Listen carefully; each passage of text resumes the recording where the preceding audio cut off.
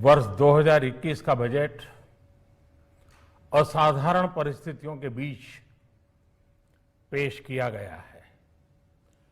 इसमें यथार्थ का एहसास भी और विकास का विश्वास भी है। कोरोना ने दुनिया में जो प्रभाव पैदा किया, उसने पूरी मानव जाति को हिलाकर रख दिया है। इन परिस्थितियों के बीच आज का बजट भारत के आत्मविश्वास को उजागर करने वाला है और साथ ही दुनिया में एक नया आत्मविश्वास भरने वाला है। आज के बजट में आत्मनिर्भरता का विजन भी है और हर नागरिक, हर वर्ग का समावेश भी है।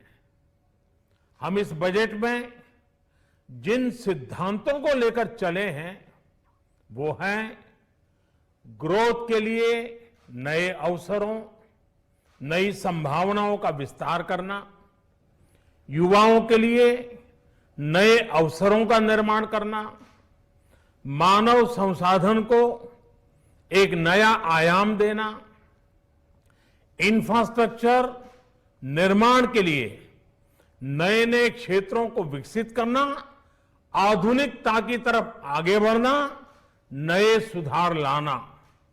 साथियों, नियमों और प्रक्रियाओं को सरल बनाकर आम लोगों के जीवन में ईज ऑफ लिविंग को बढ़ाने पर इस बजट में जोर दिया गया है।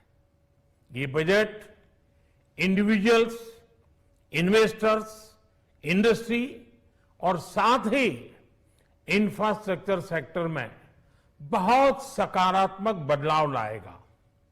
मैं इसके लिए देश की वित्त मंत्री निर्मला जी को और उनके साथी मंत्री अनुराग जी और उनकी टीम को बहुत बहुत बधाई देता हूं। साथियों, ऐसे बजट देखने को कम ही मिलते हैं जिसमें शुरू के 1-2 घंटों में ही इतने सकारात्मक रिस्पांस आए। कोरोना के चलते कई एक्सपर्ट्स ये मानकर चल रहे थे सरकार आम नागरिकों पर बोझ बढ़ाएगी, लेकिन फिस्कल सस्टेनेबिलिटी के प्रति अपने दायित्वों को ध्यान में रखते हुए सरकार ने बजट साइज बढ़ाने पर जोर दिया। हमारी सरकार ने निरंतर प्रयास किया है कि बजट ट्रांसपेरेंट होना चाहिए। मुझे खुशी है कि आज अनेक विद्वानों ने इस बजट की ट्रांसपेरेंसी की सराहना की है। साथियों, भारत कोरोना की लड़ाई में रिएक्टिव होने के स्थान पर हमेशा ही प्रोएक्टिव रहा है। चाहे वो कोरोना के काल में किए गए रिफॉर्म्स हो या फिर आत्मनिर्भर भारत का संकल्प, इसी प्रोएक्टिवनेस को बढ़ाते हुए आज के बजट में भी रिएक्टिव का नामो निशान नहीं है।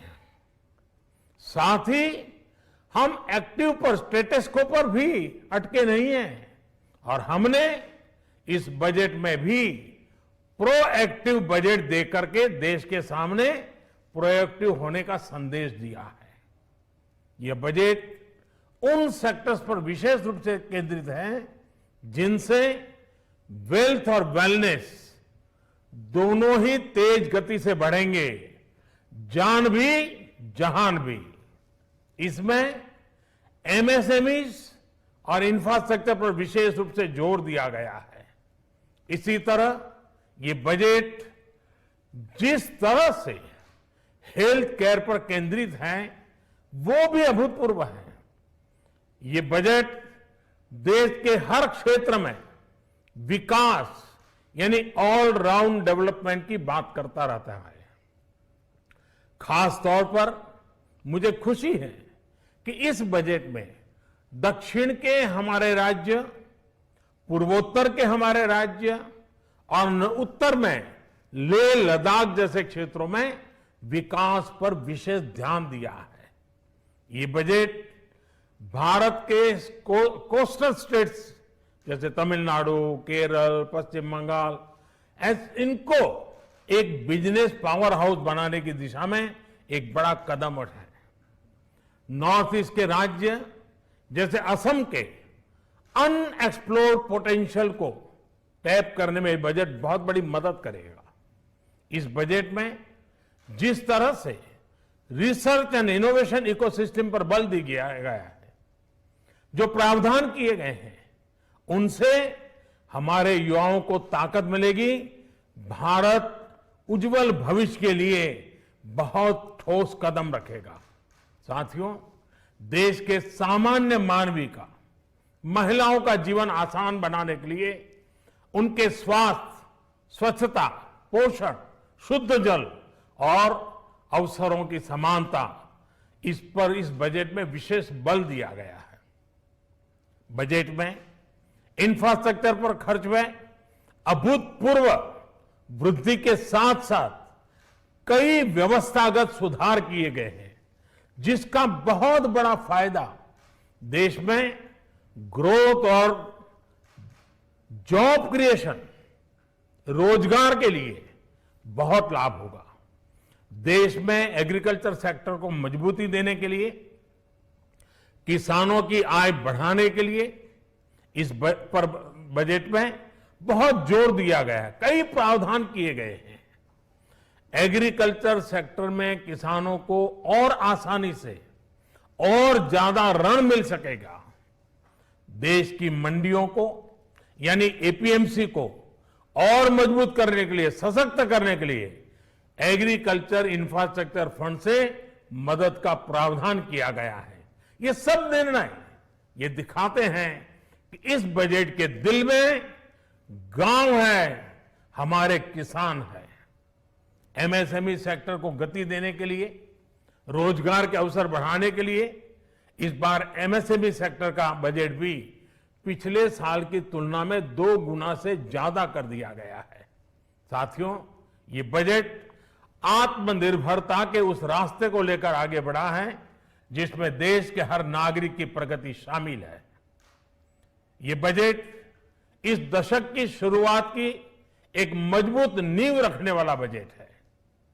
सभी देशवासियों को आत्मनिर्भर भारत के इस महत्वपूर्ण बजट के लिए मैं बहुत बहुत शुभकामनाएं देता हूं। फिर से एक बार वित्त मंत्री जी और उनकी टीम को बहुत बहुत अभिनंदन करता हूं, धन्यवाद करता हूं।